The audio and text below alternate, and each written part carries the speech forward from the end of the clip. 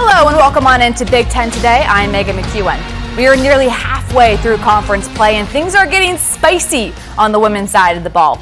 Purdue had arguably its best week under second-year head coach Katie Geralds, knocking off not one but two ranked teams on the road. Indiana handed the undefeated Buckeyes its first loss of the season last week, and Iowa and Maryland have both won at least 5 straight games. That leads us to our big story. Not only are you having huge wins over the course of the last week, but you have 5 teams in the Big Ten top 25. 4 of those teams inside the top 10, the Big Ten has made conference history over the course of the last 2 weeks by having 4 different teams ranked in the AP top 10. IU in at 4, which matches the highest AP ranking in program history. Iowa at 6th. The Terps are 8th. Ohio State drops to 10th after losing back-to-back games. Michigan clocks in at 18th, and Purdue and Illinois are receiving votes.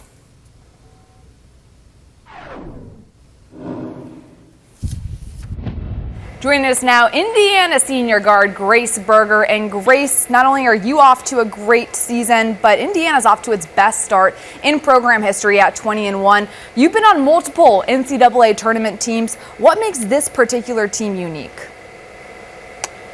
I'd say just how well we can score the ball. We haven't had those snipers from deep like we do now in the past. So I think it just opens up a lot in the paint for Mackenzie Holmes and myself. But it just makes us a more dangerous team and tougher to guard.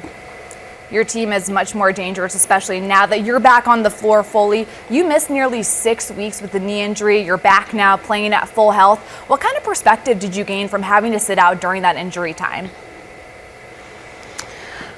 I think, it was extremely difficult, but I just tried not to feel sorry for myself and just really focus on how I could help my teammates during that time, because obviously just because I'm out doesn't mean that we don't, still have goals as a team to accomplish. So I just really tried to pour into my teammates, especially a lot of the younger ones, the freshmen and the transfers, and try to help them out any way I can. And then I think it just made me grateful for being healthy now. And then every time I get to step on the court, whether that's in practice or in games, I'm just super grateful for the opportunity.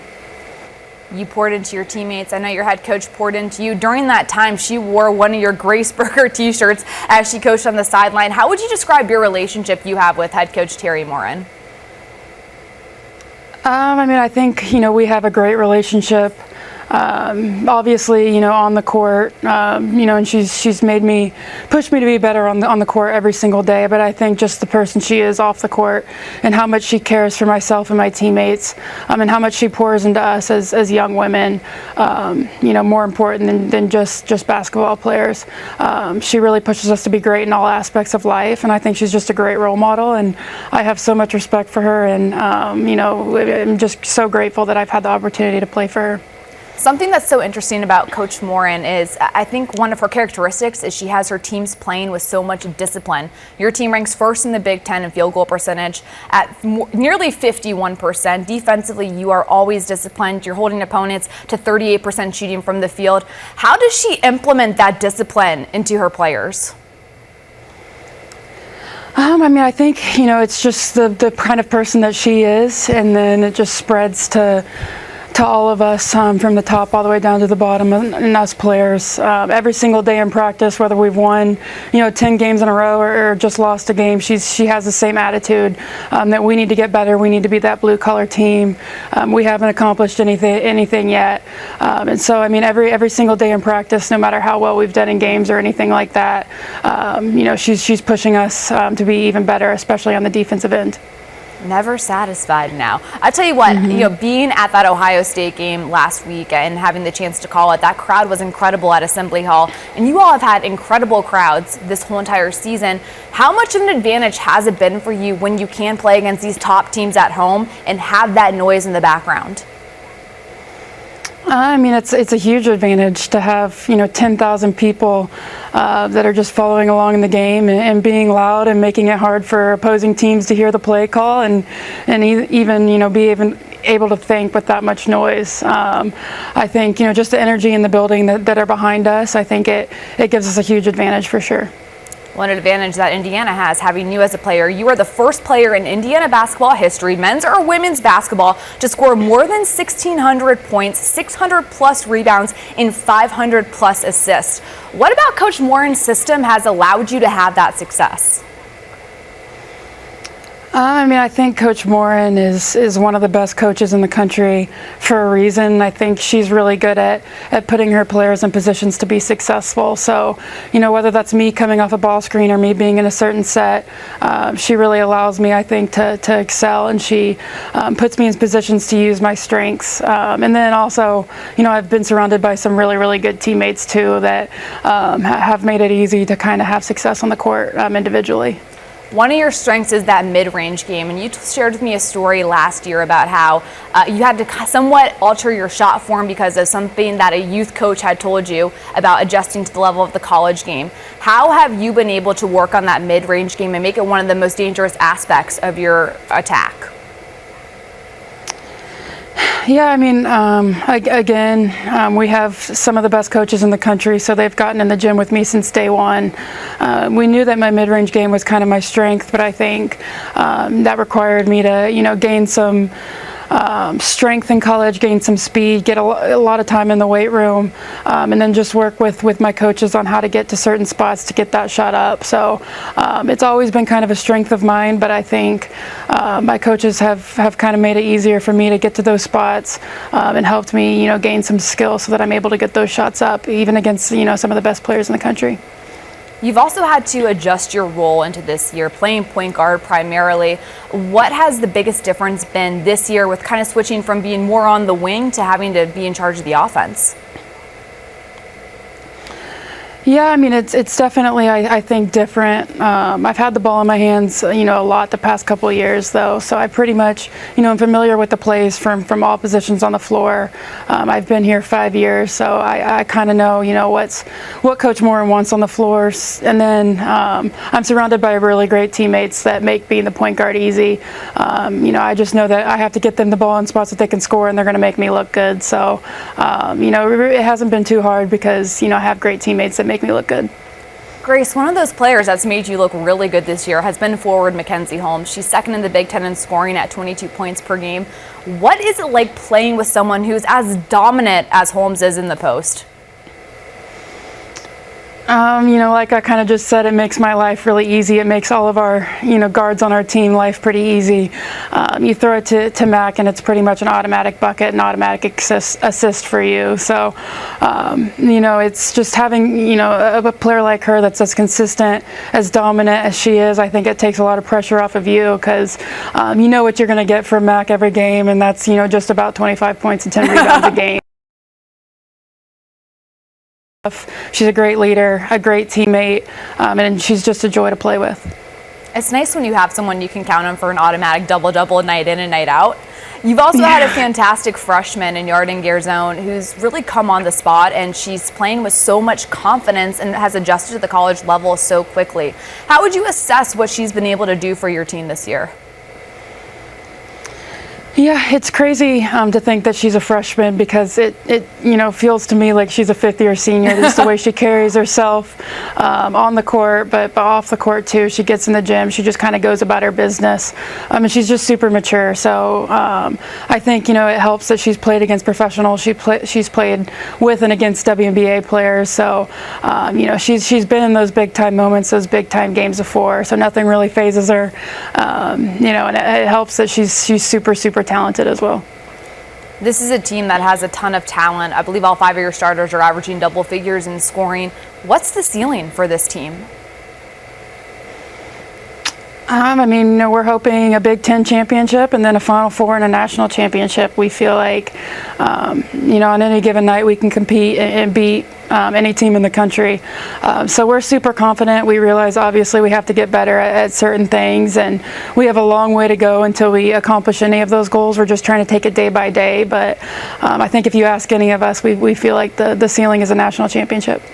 And how difficult is it to manage those expectations and the pressure that comes when you are having as much success as you're having this year? I think Coach Morin's really good about kind of keeping us grounded and, making sure we realize the things that we need to get better at. We're not focused on the things that we're really good at right now. We're focusing on maybe some of our weaknesses every day in practice that we need to get better at so we have the best chance to win those championships. So I think, I would just give credit to Coach Morin for keeping us grounded and helping us realize that we still have a long way to go to accomplish our goals. Well, there has been someone that has been with you throughout this whole entire season. I'm talking about your dog, Walnut. What has Walnut been able to bring to you when you're able to go home and get away from basketball? Yeah, I think it's just that he's a really good, whether we have a good practice, a bad practice, win or lose, just to come home to Walnut and see how, excited he is to see me and take him to the dog park and do all those different things. I think it definitely, helps me once I get on the court. You have a couple of teammates there with dogs too, so not only are the Hoosiers teammates, but you got a couple of canine versions as well there. Right. Grace Berger, thank you so much for joining us. Best of luck along the way. We'll talk to you soon. Thank you, Megan. Tonight, the Illini host the Huskers. Then the red-hot Wildcats square off with the Hawkeyes. A Big Ten basketball doubleheader presented by Rocket Mortgage. Tonight, only on Big Ten Network and the Fox Sports app.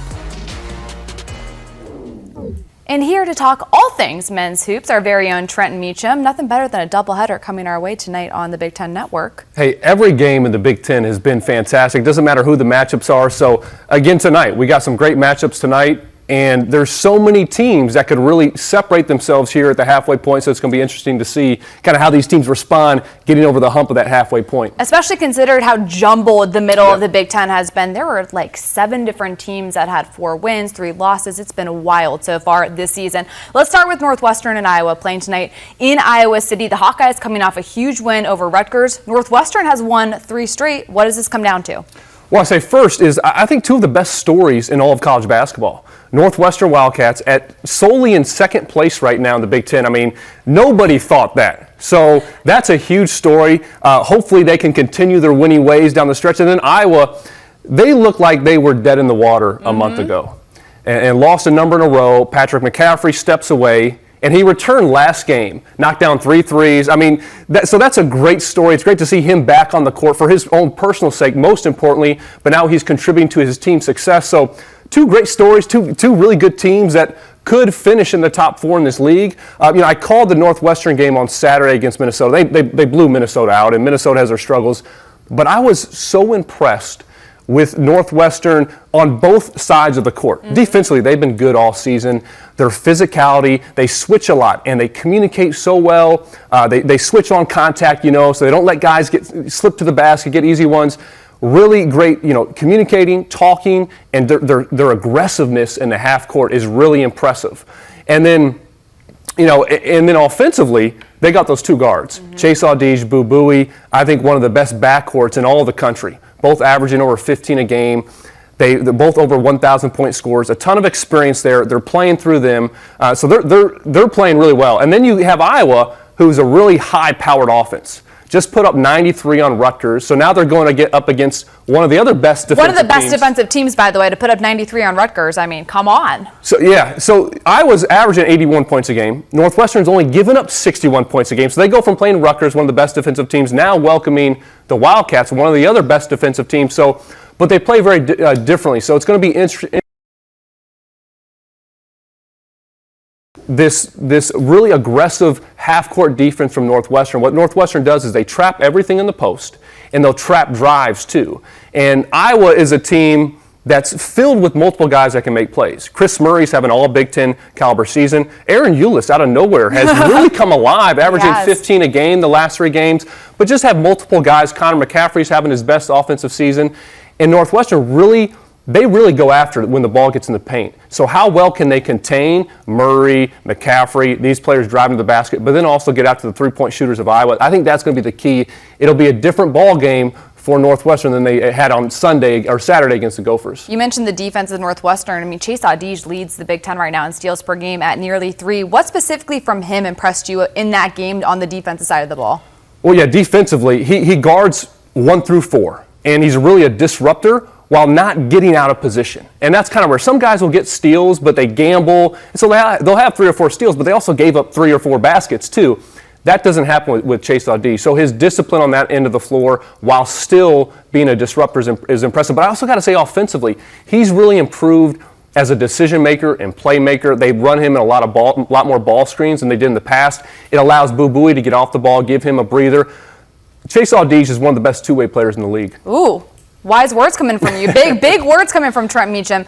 So Iowa leads the Big Ten in scoring 81 points per game. Northwestern, one of the best defensive teams, only letting up 61. Let's move on to Indiana and Maryland. The Hoosiers ranked 21st in the country. You and I were talking before this show, and you said Indiana has become one of your favorite teams to watch regarding how well they've played and how you think they have a shot at really finishing second in the league. Why have they been so good down the stretch? Well, there's no doubt. They had that 3-game losing streak and gave up almost 90 points a game in that stretch. I mean, brutal. Yeah. And they've really turned that around. Now in their 5-game winning stretch, giving up 61 points a game. So defensively is where they've been terrific. That's what Mike Woodson has really wanted his team to commit to since he came in. They've been fantastic on that end of the floor. I would expect them to continue surging. You know, this was a team that we expected to be at the top of the league, really was disappointing a month or so ago, and now that, TJD. So defensively and then offensively, just give the ball to Trace, right? He's putting up it's a good offense. Give him the ball, get out the way. Video game numbers recently. I mean, 35, 9, 5, and 3. He had 6 blocks last game, 6 blocks the prior game, 25 and 21 against Minnesota. I mean, you just go down the line, had 31 and 15 another game. He's on a tear. And if it wasn't for Zach Edey, I think we would be talking about him as maybe a National Player of the Year candidate. I don't know if he can claw back his way in there, but he's been so good on both sides of the floor. And then Jalen Hood-Schifino, too, from the point guard position, has really turned it up, had 24 points last game, made 6 threes. When he's knocking down shots, that's really bodes well for them. This is an Indiana program which you wouldn't think it, but this Hoosier program has really struggled shooting the ball in recent seasons, and this year they're at the top of the league shooting the 3 ball, which is really, they're almost 39% from the 3. You have that player in Trace Jackson Davis in the post, makes them really difficult to defend.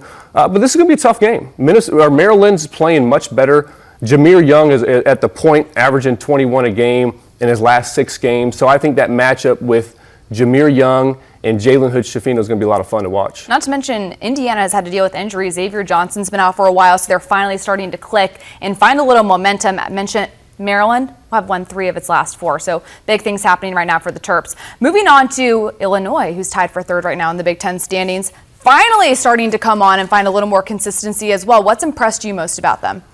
Well, what's been impressive is they totally changed how they've played. And it's been talked about quite a bit, but went from a team that defensively switched everything to playing more of a traditional man-to-man, sticking with your man. They've been very good on that side of the floor. And then offensively, they put some more structure into the half court. They were playing just kind of a 5-out. It was like, we're playing pickup basketball. And they have some talent to make some plays, but as teams were scouting, as teams were better prepared, we're struggling on that end of the floor as well. And now they're playing on both sides of the ball very well. This is a deep team. So it could be Terrence Shannon one night. It could be Matt Meyer one night. It could be Dane Danger. Jaden Epps is a freshman, has scored the ball really well. So they just have so many weapons, and defensively they're very disruptive. Have a lot of length, a lot of athleticism. These two teams played prior. Illinois won by 26 points, and their athleticism just seemed to overwhelm Nebraska. They forced 17 turnovers, had 12 steals.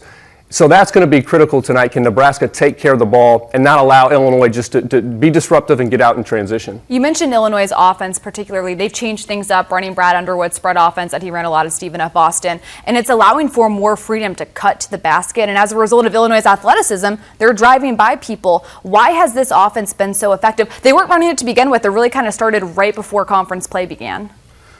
Well, I think they just needed some structure. They really didn't have much structure in the half court. So I don't even know if it mattered what they were playing, as long as they're giving some base structure. And out of that offense, what you have a high post player at the pinch post, kind of the elbow area, and then there's a lot of cutting off that. Usually one side is kind of open and free. There's a naked side where guys can attack the basket. So I think that's given them some structure and allowed for players like Matt Meyer to get into his bag of tricks, and he's really creative and can score from multiple places on the floor. Allowed for Terrence Shannon to know kind of where are my driving lanes going to be, and when he has an angle on you, it's over. And then allowed a guy like Dane Danger, who's great, very skilled as a big man, and that can operate in the low post, operate in the high post. So it's given that structure and allowed those individual players to play to their strengths. What's impressed you about Coleman Hawkins?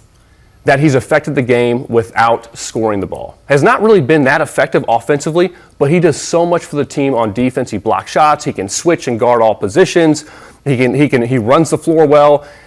Scoring will come and go with him, but they don't need him to score. And if he can continue to be such a factor on the defensive end, block shots, rebound the ball, bring up the ball in transition at the 5 position, that's really effective. And I think what's going to be interesting as they go up against a Purdue, as they'll go up against Hunter Dickinson, he can stretch the floor as well. So he can bring those bigs outside as well. Standings. Purdue holding strong as not just the top team in the Big Ten, but also the #1 team in the country at 10-1. Northwestern at 6-3 in the Big Ten in second place. Rutgers, Indiana, Illinois, Michigan State. You see it all the way down. Minnesota at the bottom, but still a lot of time left as the Big Ten season rolls on. Welcoming back in our Trent and Meacham, a fun little exercise we're about to get into here. We're at nearly the halfway point of the season. What should these head coaches be telling their respective teams as we get into February, as we get into the Big Ten tournament coming in March? Hard to believe we're 6 weeks away. I know that, the halftime can be such an important period of time that what the coaches communicates to the team can really set the tone. Purdue, let's start with them. Start with Purdue. Number 1 in the country, 9-1 in the league. Matt Painter is going to come to his team and say, hey, look, we're 0-0, all right? That's the score now. It's a new half. We're turning a page. And we can't be the hunted. We got to be the hunters. And he's going to go to Zach Edey. He's going to go to Braden Smith. Hey, guys, when you step on the court, look at the other coaching staff that you're about to play against. They didn't think you were good enough to play in the Big Ten. That's what he's going to tell those guys. You got to have this chip on your shoulder. I don't care if you're number 1 in the country. And then just to reiterate, hey, guys, stay together, star in your role. That's why we've been good. We have great chemistry. Each player is playing to the role. That's what Matt Painter is going to communicate to his team. Coach Painter is one of the best, I would say, in the country at defining roles for his players. And he's very big on, hey, I'm recruiting players who are going to stay 3 or 4 years in my program so we can develop them and become a really great team. I was hoping we would do maybe some impressions. That's not going to happen. You're not going to do any impressions. Let's go on to Indiana. They've won 5 straight. Yeah, Mike Woodson, he's going to come to them and say, hey, we're not turning back. We're preparing to be one of the best teams in March. We think we can make a Final Four run. And he said it's 2 things. It's a simple game. We're going to commit to the defensive end where they've been fantastic. And guys, just give the ball to Trace. just give the ball to Trace, okay? Get out of the way. Things will be simple from there. And then he's going to have a little powwow with Jalen Hood-Schifino and Xavier Johnson. Say, hey, guys, come together. You guys have the keys to a Final Four run. All right, as Xavier, you get back in the lineup. As you guys find this rhythm together, that's going to be the key. This is your team. You guys drive the ship.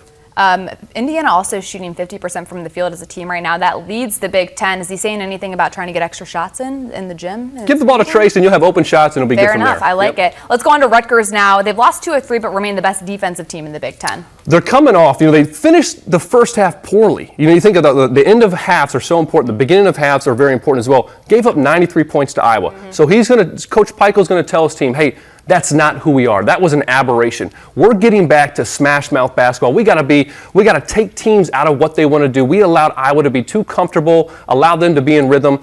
Now we're turning the page. Okay, we're coming home now. We got Minnesota, Michigan State coming in. We have to have a great start to the second half of this season and get back to our brand of basketball, being aggressive, taking teams out of what they want to do. And if the game's on the line, get the ball to Cam Spencer because he has been ice water in his veins at the end of game situations. Illinois has won 7 of 8. They're rolling right now. What you telling him, Coach Underwood?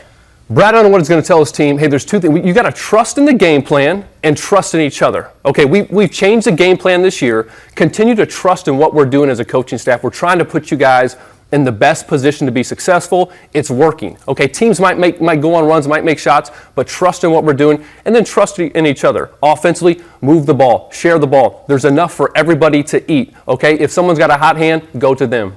Northwestern, on the other hand, they've had a couple players who have had hot hands. They've won 3 straight. Coach Collins, what you got? Coach Collins, hey guys, we're in a great spot, okay? But it's about to get tougher. And know that teams are going to go on runs. We're going to have some adversity. But also know this. we're going to respond. And you guys have to believe that. That's going to be what's crucial for them. In a great position, but Coach Collins is going to say, hey, as we take some lumps, as there's some hiccups, we got to stay together, stay committed to what we're doing so well. Offensively, Chase, Boo, the ball's yours. We're going to do a ton of ball screens for you. Everybody else just filling around them. Space the floor, cut when it's there. Take your shot when you're open. Okay, be confident around those two players. And then, but don't forget, defense is where we're winning games. So that's what we're committing to. That's our identity, locking down, getting stops, turning people over. And that's what Coach Collins is going to communicate to his group. Gotta love the defensive side of the ball for the Cats as Oh, well. yeah. From defense, let's go a little offense because that's what Iowa is known for best. Coach McCaffrey, what are you saying to your team that leads the league in points per game? Fran McCaffrey is going to say, we're right where we need to be. Last year at this time, we were 4-6 at the midway point. Okay, I know people thought, okay, Keegan Murray's not there, but look, Chris, you're his identical twin brother. Literally. You look just like him. Your stats look just like Keegan's, okay? So we're covered there. And the rest of this group has improved. Phillip, you're playing better. Aaron, you're playing much, much better. Peyton, we found you. You're back in your groove. Patrick's back in the fold now. So he's just going to communicate, hey, we're right where we need to be. Offense, we got the flow going. Keep that going. Now defensively, let's tighten up a little bit. Let's get a little bit more discipline on that end of the floor. Let's commit to that end of the floor. And if we do that, it's time for us to really make a move in these standings. And if you can score, that's one thing for sure in the Big Ten. You've got a shot night in and night out. Michigan State. What's Coach Izzo saying to his guys? The Spartans are 2-3 in their last 5. So, you know, Tom Izzo is going to be a little agitated, but he's going to come into his group and say, hey, we got to have a sense of urgency in many ways. But one specifically is this team's playing slow. They're almost 300th in the country in their tempo. That's not a Michigan State Spartans club. And while he's going to say, hey, while we don't have the size and the physicality of what we've typically had, guys, we're skilled, we're fast. AJ, you push the ball as well as any lead guard that we've had.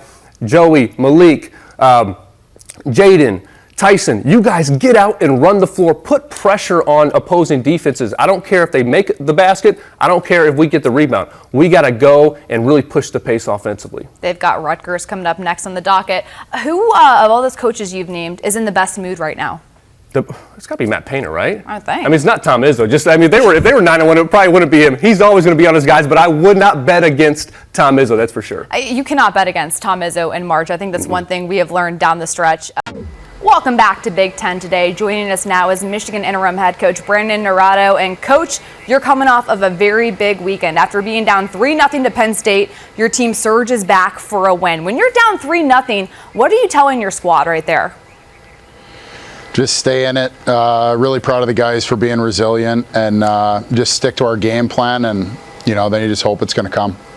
Defenseman Luke Hughes did something better than a hat trick. He had 4 goals in that game. You called him a unicorn after the game. What do you mean by that?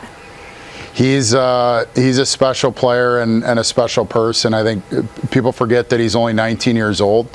So just seeing how he's been leading off the ice and then obviously it translating to on the ice, he big time took our team and put him on his back on Friday and Saturday. How rare is it for someone that young to have that type of maturity to handle the big moments? Rare, and that's why the unicorn, I don't know where that came from, the unicorn comment, but he just does some special stuff out there. Like when you watch him with the puck, everyone knows how dynamic he is with it and creating space and scoring chances, but his defensive game's always been good, but he's taken some more steps even since World Juniors and coming back. He's been outstanding. Your team has also taken some steps this season. Since November, this team alternated some wins and losses, but now you've won 3 in a row. Where have you been able to find consistency with this squad? Yeah, I think it's cliche, but we're talking about the process all the time. We're happy with the wins. We weren't too happy with how we played Friday. We got away from our game a little bit, but and then obviously tonight we're down 2-0, so it was gut check a little. Sticking to the process and trying to find our again, just getting better so that we can play our best hockey at the end of the year. Who on your team has emerged as a leader this season that you weren't necessarily expecting to when you began? I think, Keaton Pearson and Jacob Truscott, and then I would say Luke Hughes as well. Like, obviously, Nolan Moyle's our captain, and he was an assistant last year. But those guys are in new leadership roles, and, whether it's Luke and guys doing it on the ice or taking on the 12 freshmen in off the ice and kind of showing them the ropes and the culture of Michigan, these guys have all done an unbelievable job at that. Which is huge because you had so much talent a season ago and lost a lot to the NHL draft. What's been the biggest difference between last year's team and this year's? I think just youth and the maturity of our team, going through new experiences for the first time and having a little bit of success and then having some pain and some failure and then letting these guys know that that's okay and that's how we're going to grow and figure things out. But they've got to go through it and feel some pain before getting into the playoffs and the NCAA tournament where, they're ready to go and they have that experience in the back end. You mentioned the youth. Freshman forward Adam Fantilli is one of the best in the country. Many are projecting him to be a top 2 draft pick. What's made him so special?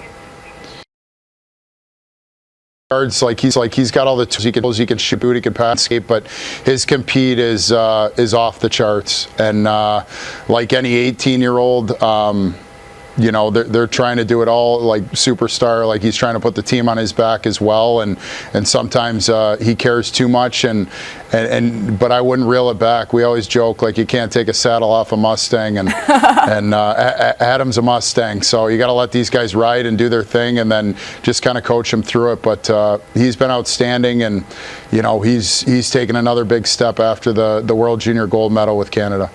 And speaking of taking big steps, a year ago you were an assistant coach, named head coach in August. What's been the biggest difference for you sitting now in that head coaching spot? The biggest difference is you can do it your way. So when it goes well, you tell everyone it's your way, and when it doesn't, it's all on you. So it's been fun. I'm having a blast. We've got a lot of great kids and great people around the program, and just trying to enjoy it every day and make these kids better on and off the ice. What's been the biggest learning experience for you so far this season as a head coach? Probably the things, like whether it's my first year or you've been coaching for 100 years, it's things that are outside of your control. The injuries and illnesses have hit us hard this year, and those aren't excuses. But I think that we've grown a lot through that. Some scary moments with the Holt situation and several guys hospitalized before the Minnesota weekend. But I think it's brought us closer together. We have a really tight group, and we're talking about it every day. We've been through a lot, so let's start reaping the rewards of everything that we're learning and that we've gone through. Legendary Michigan head coach Red Berenson won multiple national titles for the Wolverines. I know you played for him. What advice, if any, has he given you through this process? Red's been great. We've talked a few times, and nothing specific, but it's usually just the one-liner where it's something that you'd know and it's something simple. But he just brings it back to the front of mind and puts more value in it. This is one of the tough conferences in all of hockey. You have 6 Big Ten teams ranked in the top 20, 4 are in the top 10. You're considered the toughest conference in the country. How much does that prepare you for the postseason? Yeah, I think it's great. I think it's great for college hockey. Like, we go into a rink like Minnesota and they break the attendance record for a weekend. We went into Penn State and they broke their attendance record for a single game. Yost was rocking last weekend against Penn State. So the atmosphere, the environments are phenomenal. Teams are doing well. There's no easy games. So that definitely preps you for the end of the year and playoff time, because we're kind of in it right now. You're fighting for home ice, you're fighting for pairwise points, and you're just fighting to find your team identity so that you can peak at the most important time of the year. Peaking at the right time is so important. You're ranked 6th in the country right now. With the expectations being as high as they are, how do you manage that pressure with your team? We don't really talk about that. We just talk about controlling what we can control. It sounds pretty cliche, but and I just keep going back to our identity and just cleaning stuff up through the video and some of the data, and just trying to put these guys in a position where if we make every individual player better, we'll be better as a team collectively. You have Wisconsin coming up this weekend. You split with the Badgers in Madison earlier this season. What kind of challenge do they present? No, they're a good team. They're very well coached, and just like every team in the Big Ten, every weekend's tough. They play a hard game. Their transition, like high flips and getting into races to generate chances off the rush. So we just have to be good at defending the rush and be hard and physical. Coach, we are looking forward to it. Thank you so much for joining us, Coach Nurato from Michigan. We'll see you soon. Thank you very much. Appreciate it. Back on Big Ten today, the Wooden Award late season top 20 watch. Zach Edey, Indiana's Trace Jackson Davis, Iowa's Chris Murray, and Penn State's Jalen Pickett. And I tell you what, Trent Meacham, Micah Shrewsbury has to be thrilled with how Jalen Pickett has played this year, putting up all Big Ten numbers in multiple categories. What are you telling them, Coach Shrewsbury, when you take a look at this Penn State team? Halftime of the season, Penn State's 5-5 in the conference. They've split their last 3 games, win-loss, win-loss. If I'm Coach Shrewsbury, I'm saying, hey, we're playing our game. Okay, some people might think we're too small, we don't have the size. Some teams might try to go big against us. We might even go smaller. Okay, we're not buying that. We're going to double down on who we are, and that's we're skilled. We're going to space the floor. The ball's going to go through Jalen Pickett. Of course, we got to be dogs. We got to be tough. We got to fight and scratch and claw on the defensive end. But offensively, hey guys, Jalen, the ball's yours. We're gonna play through you. You will and deal. You have fun out there, and everyone else, shoot the ball. You said it going in that break. Hey, shoot the ball. We're the best shooting team in the league. We might be the best shooting team in the country. Okay, I don't care if we take 30, 35 threes a game. I don't care. I want us shooting the ball. Hey, Michael Henn, you made a couple of shots last game. All right, you're starting now. Okay, green light. Let's go 5 out. Okay, with Pickett in the middle, or 4 out with Pickett in the middle, and guys. Our brand of basketball, teams are scared of us. They're scared to get against us. We can beat anybody.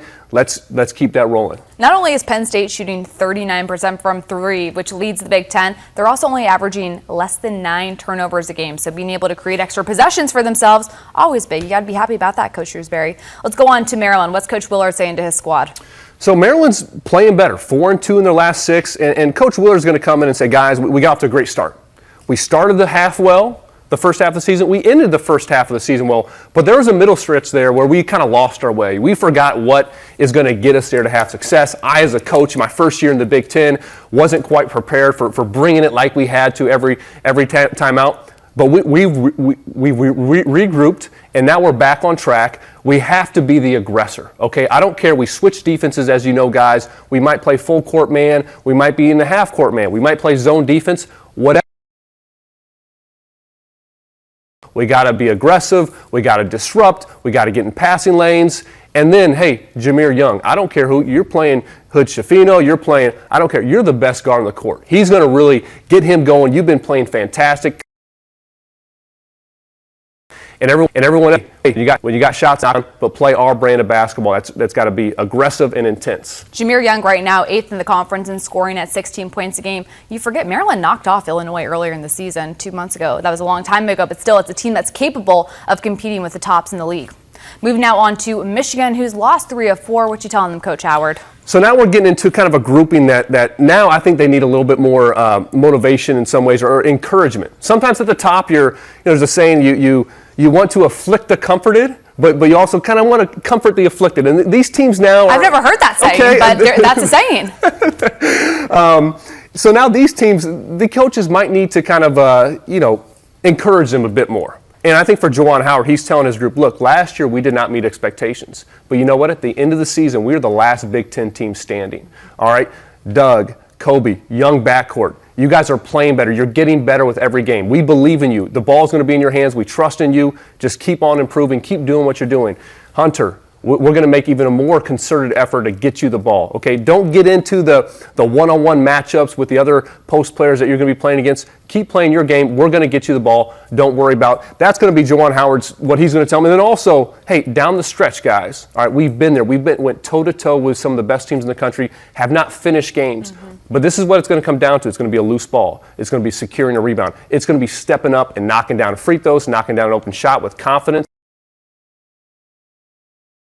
Now we just got to get over the hump of winning those close games, and Michigan will be right there. Michigan takes on Northwestern next. Moving on to Wisconsin, who started out pretty hot, but now have kind of fallen short, lost 3 straight. What you telling them? Wisconsin 1-6 in their last 7 games. But Coach Greg Gard, he's going to come to his team and say, we're closer than you may think. All right, we're playing Wisconsin basketball in many ways. We're really solid on defense. We're taking care of the ball. We're shooting the 3 ball much better than we have in recent seasons. So there's some things to build on here, but we got to finish. And I mean, we've got to finish possessions.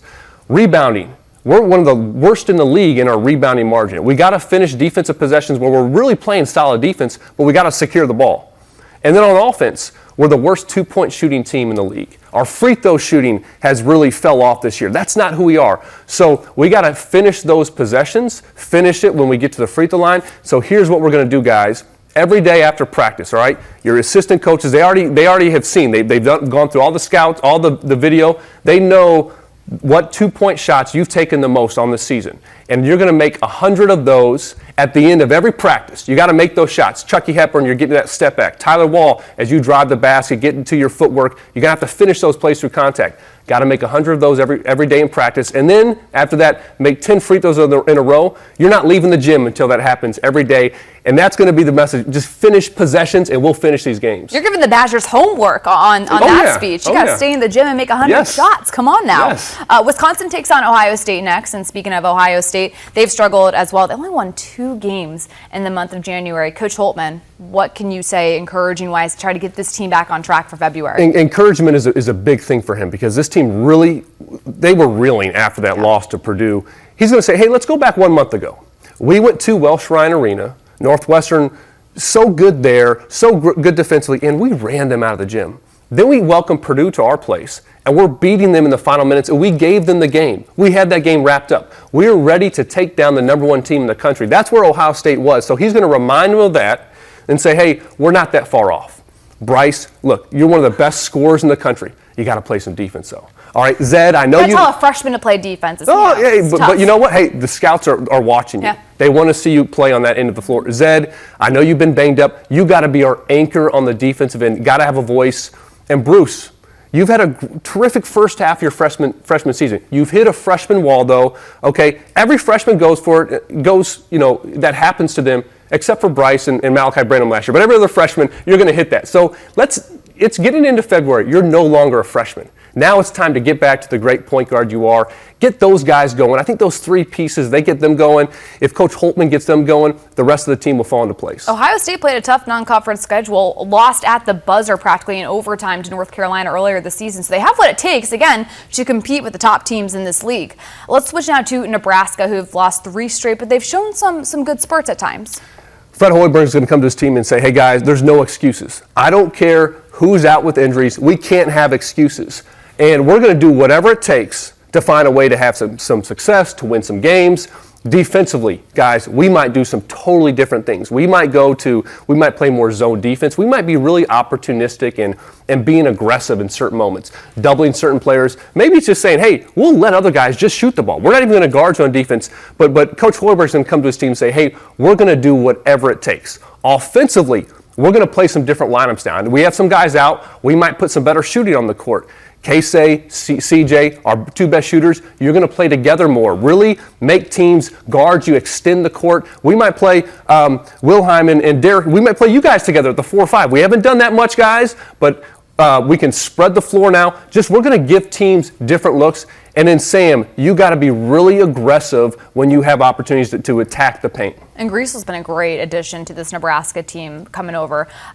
Minnesota have lost 7 of 8. Ben Johnson, what are you saying to this crew? He's saying, guys, hey, we're not going to look at the standings, all right? Forget about them. And, I don't even want you looking at the scoreboard when we play games. But we're going to get better. We're going to take it 1 game at a time, 1 4-minute stretch at a time during games, and we're going to focus on getting better. And then he's going to have this powwow with a couple freshmen that I'm high on. Jaden Henley, Joshua Ola-Joseph, both very athletic, both are just budding, I think could have some star potential. And he's going to say, guys, you're going to have a ton of opportunity. You're going to get incredibly better the next 6 weeks of the season. Great speeches. Look at you, all 14 teams. I couldn't do impersonations, and that would be impressive. Let's get Mike Hall out here. Mike Hall out here next time for your impressions. We're working on it. Trent Meacham, I'm Megan McEwen. We'll see you tonight on the Tip-Off Show at 6:30 Eastern right here on the Big Ten Network. Have a great day.